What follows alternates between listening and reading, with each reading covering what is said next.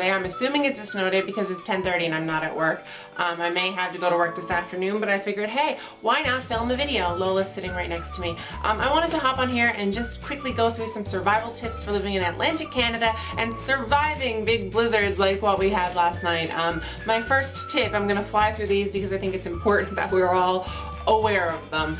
Tip numero uno, be prepared. By being prepared, I mean have things in your freezer like quick, easy foods just in case you lose power and you just want to have things that can unthaw and just kind of eat quickly, or pre-cooked meals or anything like that. I'm really lucky because if I do lose power, my barbecue is really close to my back door, so all I have to do is shovel a little bit and I can use my barbecue. So I can do pork, I can have a burner on my barbecue, so I can cook vegetables. Like, I'm good in that respect.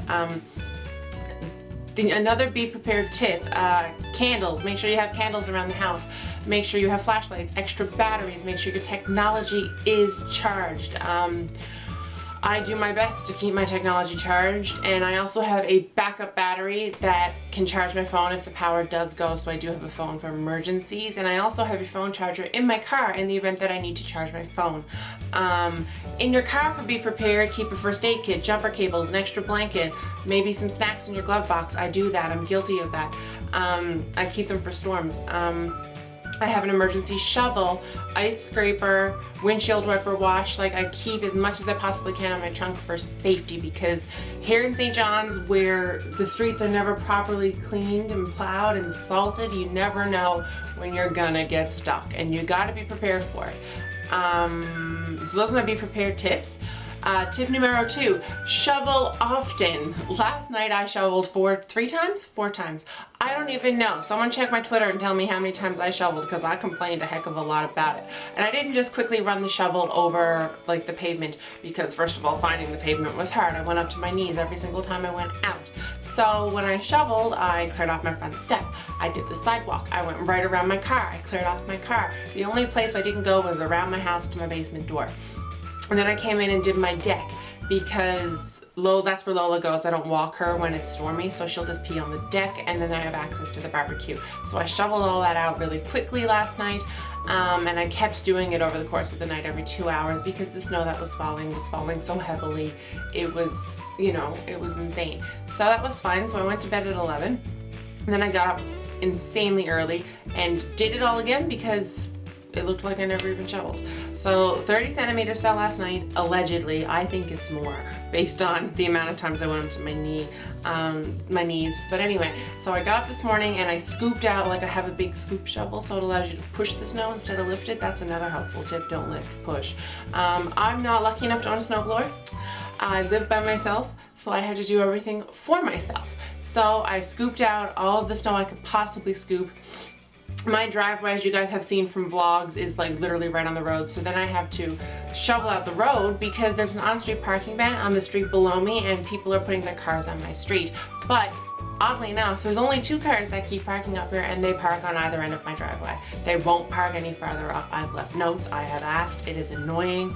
So I have to shovel out a tunnel between those 2 cars to get my car in and out, which is very, very annoying. So I did that this morning as well. Now that I didn't shovel last night because I just didn't have the energy. So that was this morning's task. And once I shoveled all of that out, I then moved my car out so I could clear out completely underneath my car, so I have pure pavement underneath my car now. So that was a big, big challenge for me this morning. Then I shoveled down around the house, cleared off the deck again, and now I'm good. So now I'm inside. There's no snow right now. We're supposed to get more as the day progresses. So I'm just gonna keep shoveling and keep doing it often for safety. That's a big tip. And one more big safety tip for surviving winter is clear off your car. I know. Yesterday, the RNC here were actually ticketing people for just using their wipers to clear off their front windshields and nothing else. So I get really peed off when I see people driving like that, because there's so many things that could go wrong. I like completely clear off my car, de-ice my wipers, and I mean like there's like usually the only bit of snow that's usually left on my car is if it's like frozen on just in a little rim or an outline, but I can see out of all my windows, use my mirrors, and drive my car normally. And people need to do that, and that's really frustrating when people don't, because it's insanely dangerous when you don't do that. You could kill someone. And slow down, drive for the road conditions, because here in St. John's, like I look out my streets right now and I might go 20 kilometers an hour, and it's terribly gross and you're gonna spin out everywhere you go. But if I drive down near Mom's, there'll be complete pavement and I can go the speed limit. So it really depends on where you live. The city doesn't necessarily evenly plow at all. Downtown is not passable at the moment. Like that's why we're not at work, because we can't get a vehicle onto our street to get into the office. So we're just not gonna go in until later, and we're hoping the plow is gonna go by after lunch. So fingers crossed on that. Another tip is to have fun things that you can do at home, especially if you live by yourself. So like I have started binge watching Seventh Heaven. I've reserved it for snow days, which is great. And I'm on season 2 of 11, so I have a lot of episodes to watch. I've been playing games on my iPad. I like to do social media with you guys during snow. Lola and I play fetch a lot in the house. You can always read a book or listen to a book on Audible, but again, keeping in mind you can always lose your power, so you have to weigh the pros and cons here. But there's always fun things you can do, and make sure you have treats or quick easy snacks that don't have to actually be heated in your pantry for emergencies. That you can munch on or something. And there is this thing called storm chips. If you follow anyone from Newfoundland on Twitter or from Atlantic Canada, to be honest, we're always talking about our favorite chips to eat in a storm. And if you go to any grocery store right now, there's probably no junk food left.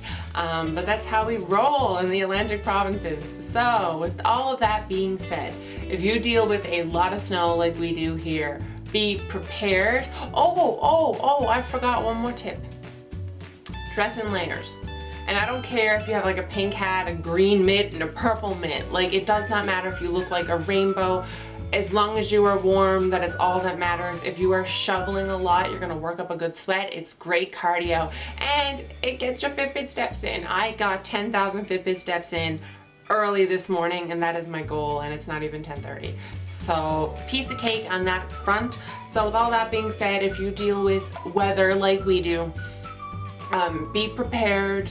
Just be prepared. I can't say it enough. There's no such thing as being overly safe when dealing with winter, and I wish you all the best of luck. If you guys have any tips and tricks for surviving snow, leave them in the comments down below. Let's share the love with everyone else. Until next time, friends, I hope you enjoyed this bonus video, not scheduled today, and I will see you all very soon. Give this one a thumbs up and don't forget to subscribe.